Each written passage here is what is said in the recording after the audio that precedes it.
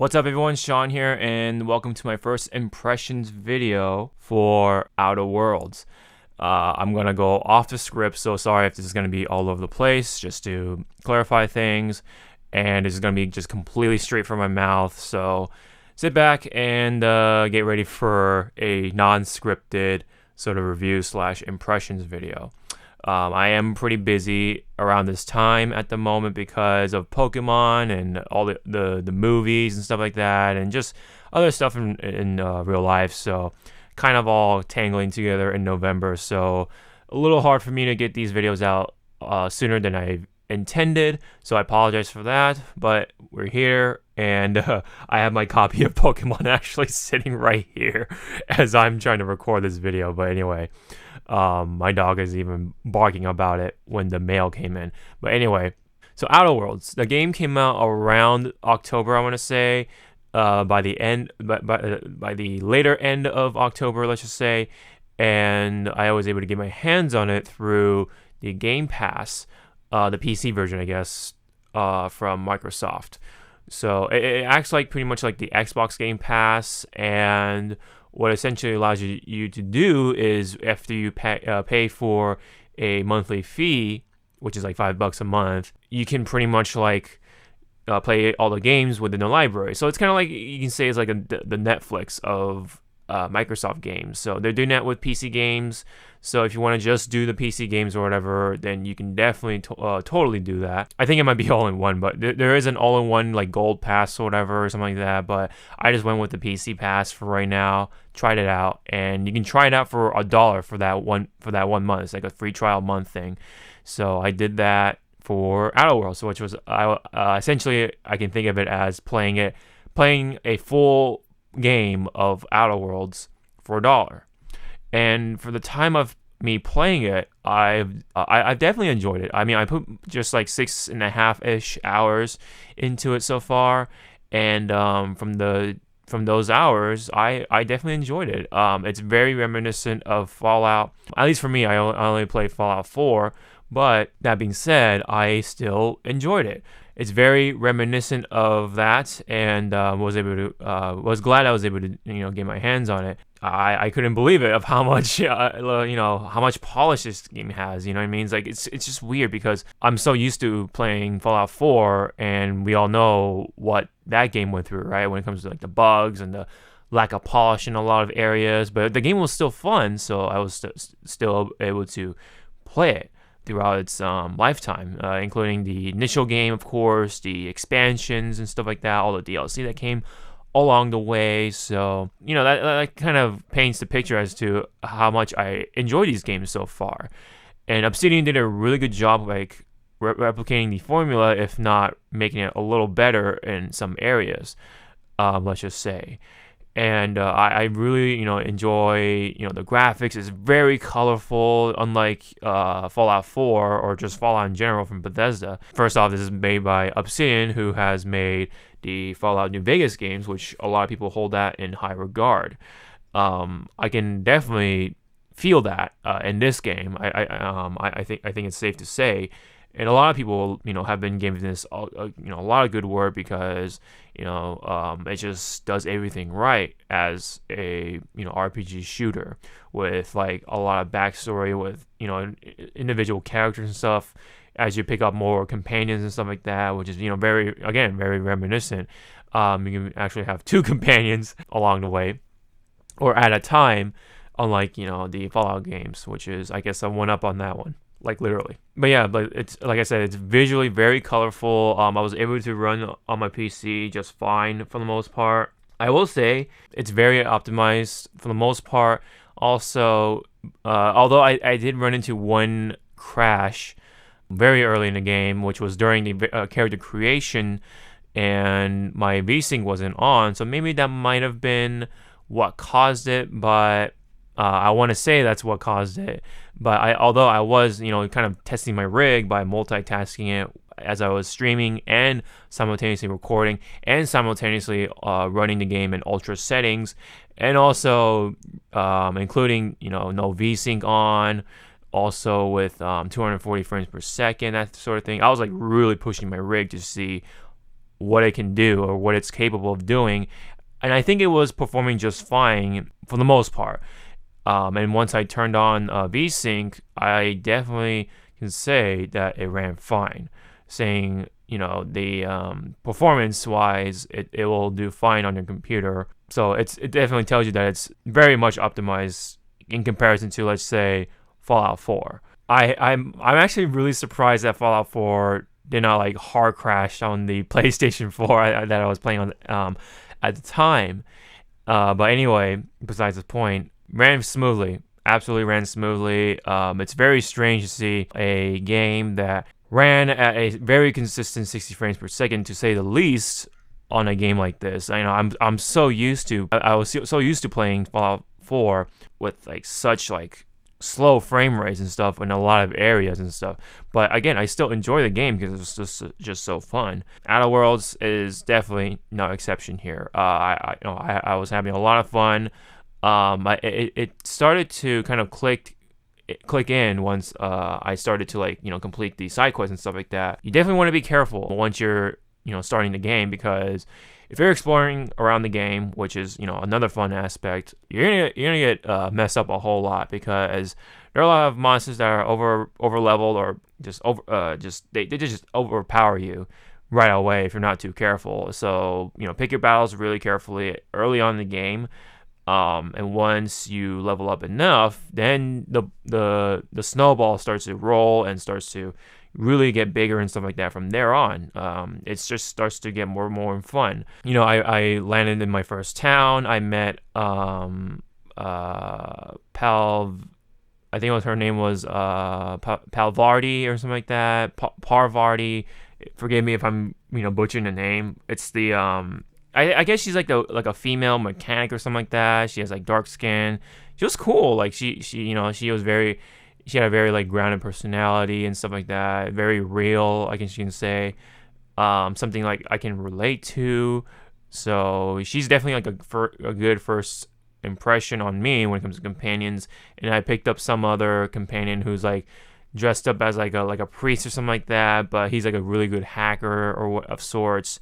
So very interesting companion cast thus far. I'm sure there'll be more like very out there sort of companions along the way if I keep playing the game. If I would like to, but there's just too many games out right now. But anyway, the gunplay was good for the most part.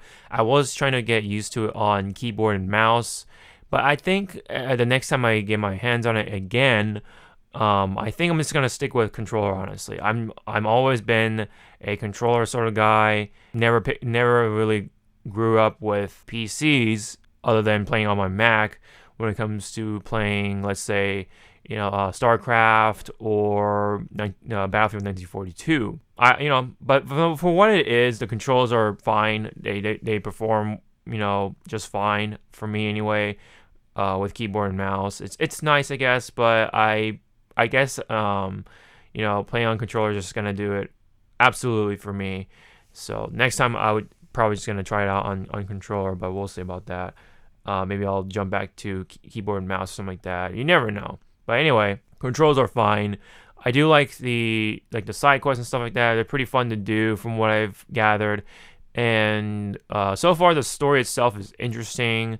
Haven't really dove into it too much, but more comes from the gameplay itself. It's just really fun. Again, it's just very reminiscent, very addicting at that, because you level up, you do the RPG stuff, like build up your skill tree and such, and also there's some interesting mechanics that you run across as you progress through the game. So far, I've ran into these things called flaws, and these flaws pop up, I guess, when you get stuck into certain situations, such as you get attacked too much by primates or something like that, and it gives you an option to boost certain stats, but in turn lower some of the stats, and this is a permanent change. So if you want to, and also it also cures the flaw that you've picked up right then and there. So at the price of not only erasing that weakness and raising some stats, or raising some stats up, you'll also lower other stats, as a consequence or a price or whatever. And I don't know if as I lack knowledge of these things, since I've only played 6 hours of the game, I didn't know whether to accept these, flawed changes or not. It is an interesting mechanic, but I don't know if I do like it or not. And I'm leaning more towards no, just because the stats just it kind of like irks me a little bit that this lowers your stats in some areas, depending on what it is, of course. But I don't know if I'm gonna like it if I keep playing the game and keep running into these flaws or whatever. I think the effects of the flaws don't stack up, I believe. But if anyone has played the game, if anyone wants to correct me or explain to me what these flaws are, or what these flaws do in the long run, whether I should accept these or not, or what the optimal play when it comes to these situations, please let me know in the comments. I would like to really know more about the mechanics and the gameplay loop and the optimized way to play in the comments section, and I'll definitely take those to note the next time I go and play Outer Worlds.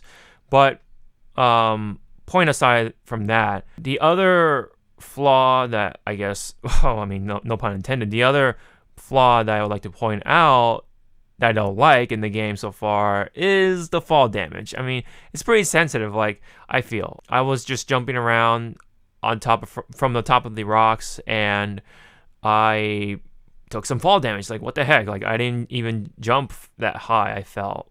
I think this game seems to be very grounded. You want to keep to the ground, sort of thing, and not just like keep jumping around like a maniac.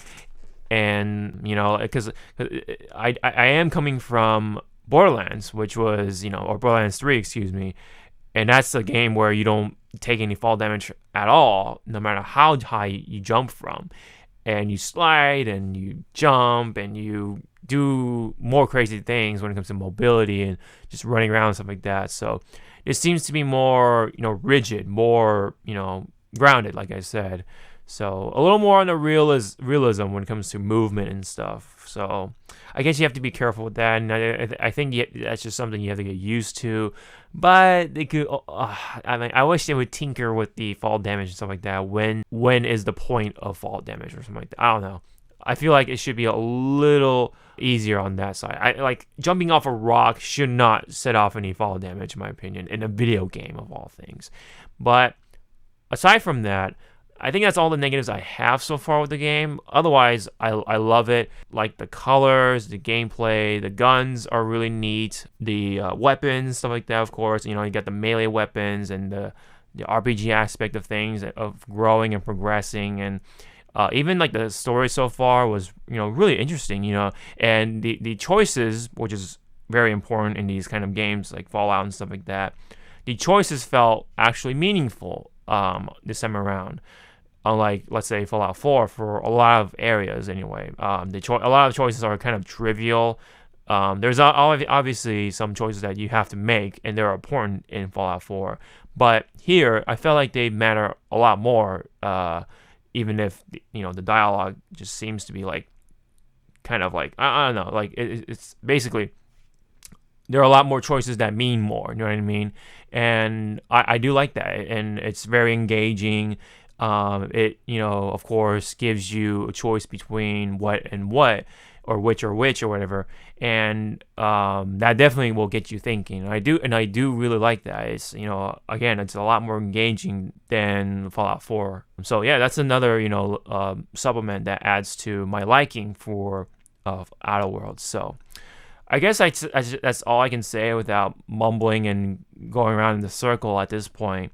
So again, I really do like the gameplay so far, the stories that offer so far, the characters, of course, so far, and of course the world so far.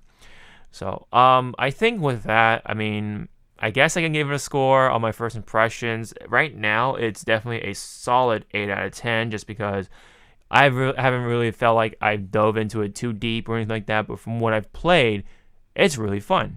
I do enjoy it, and it's definitely getting my PC going. Now it's like, it's starting to breathe. You know what I mean? Like I haven't had any PC game for my PC other than Sea of Thieves, which was another beautiful game, but pretty shallow in most of the other areas. But Outer Worlds, man, oh man, it was a nice game to kind of like get my machine breathing again. So I highly recommend it, and I want to go play it once I get the chance. I'll probably even buy the game in full just because I want to support the game and stuff, and I would like to support Obsidian more as best as I can. So yeah, that's Outer Worlds for me. My impressions on it. So that's it. Thank you guys so much. If you have any comments relating to Outer Worlds or any tips or tricks or anything like that to help me once I get back into Outer Worlds, when it comes to like, oh, should I accept these flaws or not, or should I accept these drugs for the flaws, or should I do this or that or whatever. I mean, anything like that, comment section, I would like to read those. So also don't forget to hit the like and subscribe, and also hit the bell and notify to all, I guess, for the settings. Really helps out, and I really appreciate it, guys. And of course, I have Twitter and stuff like that in the description below if you want to check those links out. So anyways, this has been my first impressions on Outer Worlds. You'll probably hear my review on Modern Warfare next. So until then, I'll see you guys in the next video. Sean out.